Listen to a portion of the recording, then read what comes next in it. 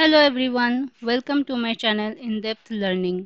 मैं श्रेयशी और मैं आपको इस चैनल पे अकाउंटिंग सब्जेक्ट पढ़ाती हूँ। अभी हम लोग क्लास 11 फाइनेंशियल अकाउंटिंग का first chapter introduction to accounting cover कर रहे हैं। इस वीडियो में हम लोग limitations of accounting, type of accounting informations and users of accounting informations, ये 3 टॉपिक कवर करने वाले हैं। ये तीनों टॉपिक मेरे प्रीवियस पढ़ाए गए टॉपिक से ही रिलेटेड है। अगर आपने मेरे प्रीवियस वीडियोस नहीं देखे हैं तो आप प्लीज़ प्लेलिस्ट पे जाइए, आपको वहाँ पे मेरे सारे वीडियोस दिख जाएंगे। चलिए शुरू करते हैं हमारा पहले टॉपिक से, लिमिटेशंस ऑफ अकाउंटिंग। जैसे हर इंसान के ही कुछ लिमिटेशंस होते हैं, कुछ कमियां होती है, वैसे अकाउंटिंग के भी लिमिटेशंस है। पहला पॉइंट है इनकम्प्लीट इंफॉर्मेशंस। यहाँ लिखा है accounting records only qualitative aspects of business. मतलब अकाउंटिंग में सिर्फ उन एक्टिविटीज़ को ही रिकॉर्ड किया जाता है जो क्वालिटेटिव हो, मतलब जिनको मेज़र किया जा सके, जो फाइनेंशियल नेचर का हो।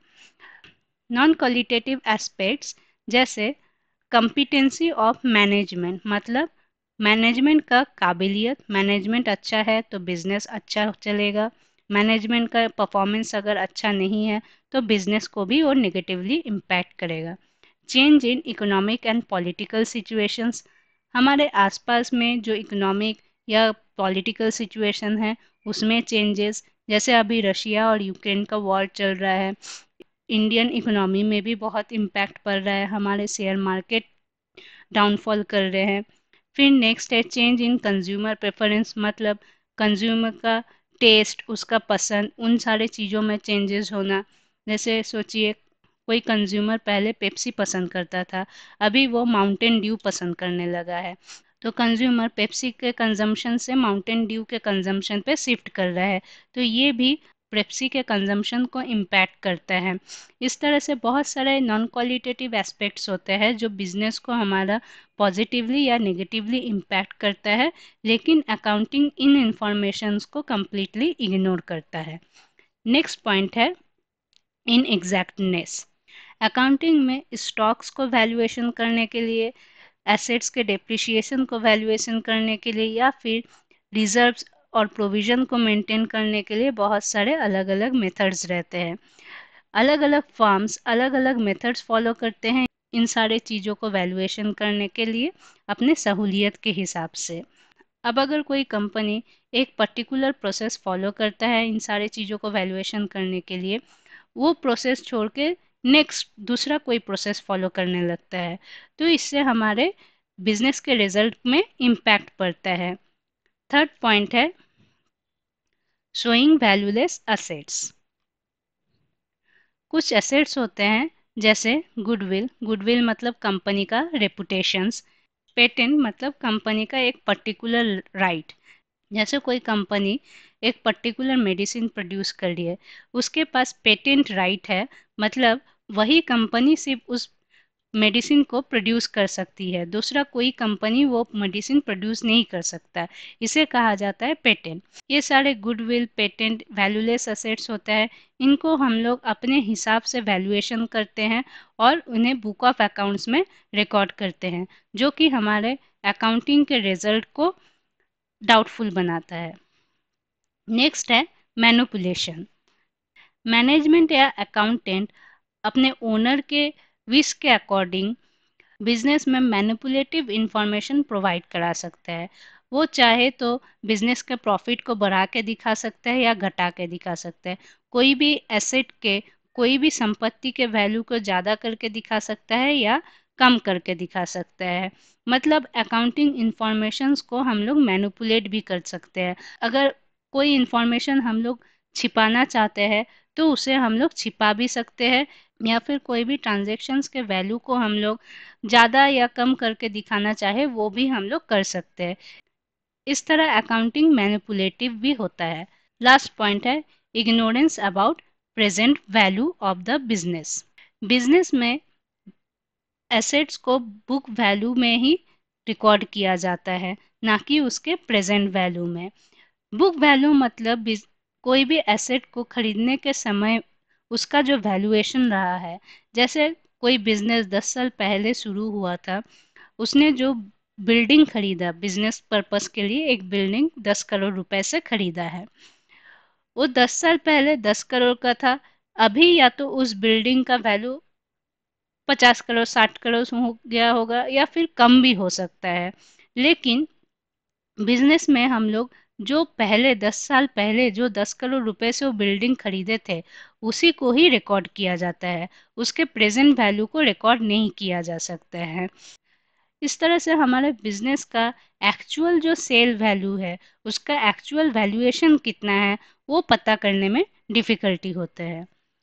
उम्मीद है आपको लिमिटेशंस के ये सारे पांचों पॉइंट अच्छे से क्लियर हो गए होंगे। अगर आपको ये पांचों पॉइंट क्लियर है तो प्लीज़ वीडियो को लाइक करते चलिएगा। हमारा नेक्स्ट टॉपिक है type of accounting informations. Type of accounting informations का फर्स्ट पॉइंट है information relating to profit and loss. Business के प्रॉफिट एंड लॉस को फाइंड आउट करने के लिए हम लोग इनकम स्टेटमेंट बनाते हैं। इनकम स्टेटमेंट दो स्टेप में होते हैं, ट्रेडिंग अकाउंट में और प्रॉफिट एंड लॉस अकाउंट में। ट्रेडिंग अकाउंट से हमें ग्रॉस प्रॉफिट या ग्रॉस लॉस का पता चलता है और प्रॉफिट एंड लॉस अकाउंट में हमें नेट प्रॉफिट या नेट लॉस के बारे में पता चलता है। सेकेंड पॉइंट है information relating to financial surplus, मतलब बिजनेस का फाइनेंशियल पोजीशन। बिजनेस के फाइनेंशियल पोजीशन को जानने के लिए हम लोग बैलेंस शीट बनाते हैं, जिसमें एक साइड में सारे लाइबिलिटीज़ को लिखा जाता है और दूसरे साइड में सारे एसेट्स को लिखा जाता है। इन सारे लाइबिलिटीज़ और सारे एसेट्स का वैल्यूएशन हमेशा इक्वल रहता है। इस तरह से हमें बैलेंस शीट प्रिपेयर करके बिजनेस के फाइनेंशियल स्टेटस के बारे में पता चलता है। ये दोनों टॉपिक हम लोग पहले भी बहुत बार पढ़ चुके हैं। थर्ड पॉइंट है information relating to cash flow. Business में कैश के अवेलेबिलिटी को जानने के लिए हम लोग कैश फ्लो स्टेटमेंट बनाते हैं। इनफ्लो ऑफ कैश मतलब कैश किस किस रूप में हमारे कंपनी में इनफ्लो हुआ है, कंपनी को प्राप्त हुआ है। जैसे प्रोडक्ट सेल करने से, कोई भी मशीनरी सेल करने से, या फिर कहीं से हमें रेंट मिल रहा है, या फिर हमें कहीं से कमीशन मिल रहा है। इन सारे चीज़ों से कंपनी में कैश इनफ्लो होते हैं। और आउटफ्लो ऑफ कैश मतलब किस किस रूप में कैश हमारे कंपनी से बाहर हुआ है। जैसे कोई भी प्रोडक्ट परचेस करने से, या फिर हमने एसेट्स परचेस किया, सैलरी वेजेस पे किया, रेंट पे किया, कमीशन पे किया, इन सारे चीज़ों से हमारे कंपनी से पैसे बाहर जाते हैं। कैश फ्लो स्टेटमेंट से हमें ये पता चलता है बिजनेस में कितना कैश अवेलेबल है। ये रहे हमारे three type of accounting information. Third topic है users of accounting informations.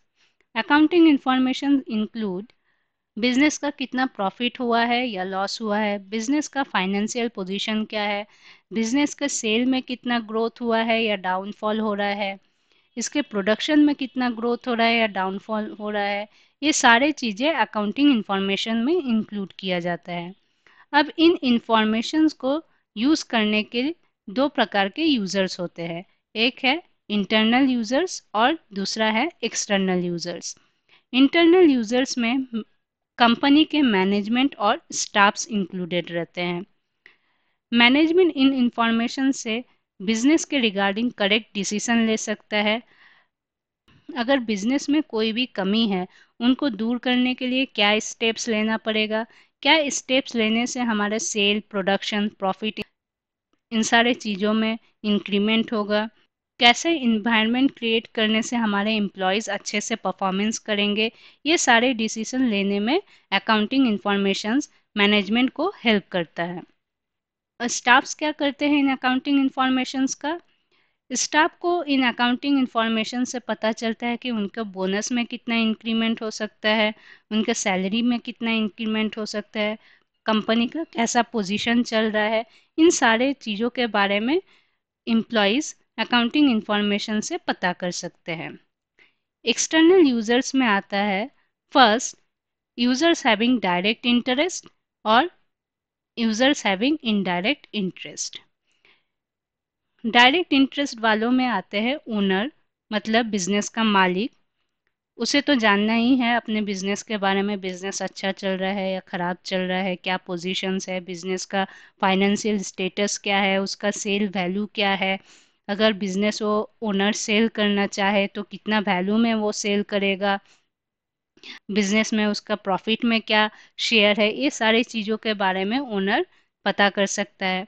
Share holder मतलब बिजनेस के शेयर्स में जितने इन्वेस्टमेंट किए हैं, ये शेयर होल्डर्स बिजनेस के इंफॉर्मेशन से ये पता कर सकते हैं कि उनका इन्वेस्टमेंट सही जगह पे है या नहीं, उनको कितना डिविडेंड मिलेगा। मतलब शेयर होल्डर जो कंपनी में इन्वेस्ट करता है, उस इन्वेस्टमेंट के बदले में शेयर होल्डर्स को डिविडेंड मिलता है।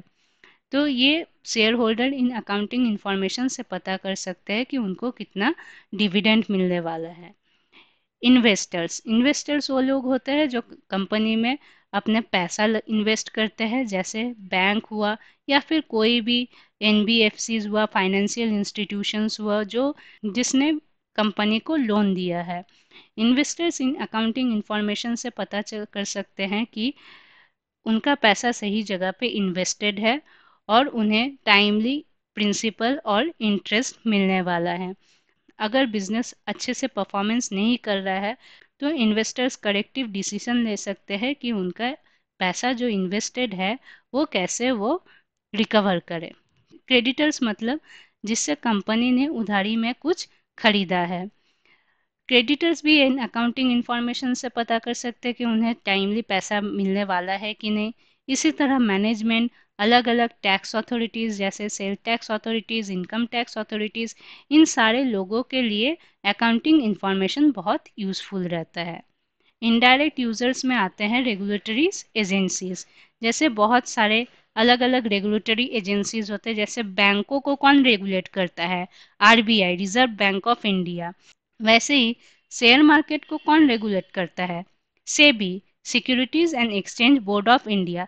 इस तरह से अलग अलग रेगुलेटरी एजेंसीज रहते हैं जो इन अकाउंटिंग इंफॉर्मेशंस का यूजेस करते हैं। वैसे ही रिसर्चर्स है, लेबर यूनियन है, स्टॉक एक्सचेंज है, जनरल पब्लिक है, और अलग अलग तरह के पार्टीज होते हैं जो इन अकाउंटिंग इंफॉर्मेशंस का यूज़ करते हैं। उम्मीद है आपको ये तीनों टॉपिक बहुत अच्छे से क्लियर हो गया है।